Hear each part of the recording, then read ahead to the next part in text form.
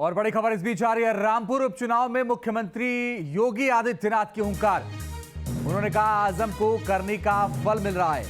आजम खान अपनी जुबान पर लगाम लगाएं। इस वक्त की बड़ी और अहम खबर।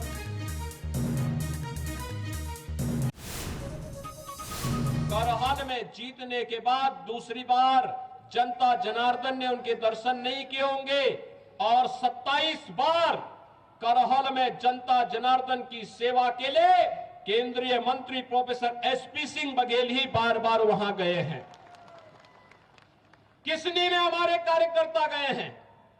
लेकिन भाइयों बहनों, कभी भी समाजवादी पार्टी के लोग एक बार करते हैं और इसलिए अब इसका नाम तो समाजवादी रखना भी मुझे लगता है यह अपने आप में जनता को भ्रम में डालने जैसा है। इन्होंने विकास कराया होगा, अपना किया है, अपने परिवार का किया है, अपने परिवार के बाहर किसी का नहीं किया है।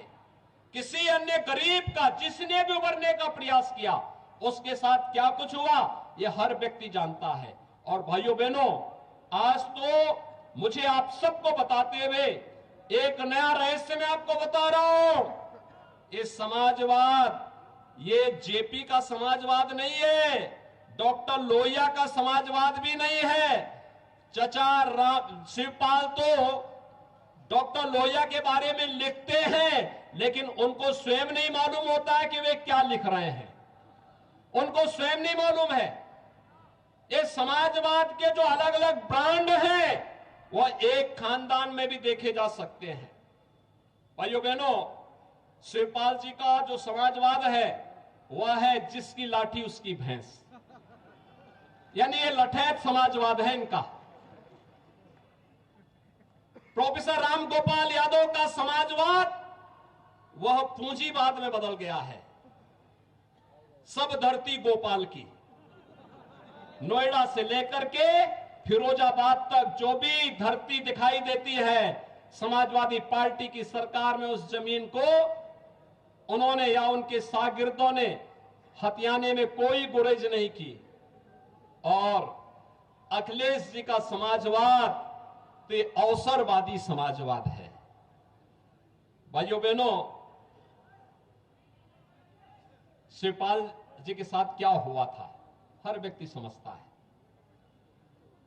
पिछली बार तो कम से कम जसवंत नगर नेताजी के नाते मिल गई, अगली बार जसवंत नगर भी नहीं मिलने वाली है उनको, यह हर व्यक्ति जानता है। और जब भी समाजवादी पार्टी को चुनाव हारने होते हैं दो काम जरूर कर लेते हैं। एक तो बहाना कर लेते हैं, पहले से ही पृष्ठभूमि बांध लेते हैं के साथ ईवीएम में गड़बड़ी है। अरे उसी ईवीएम में तो 2012 में आपकी सरकार बनी थी। उसी ईवीएम में इस प्रदेश में कई सांसद आपके जीते थे। कैसे आप आरोप लगाते हैं?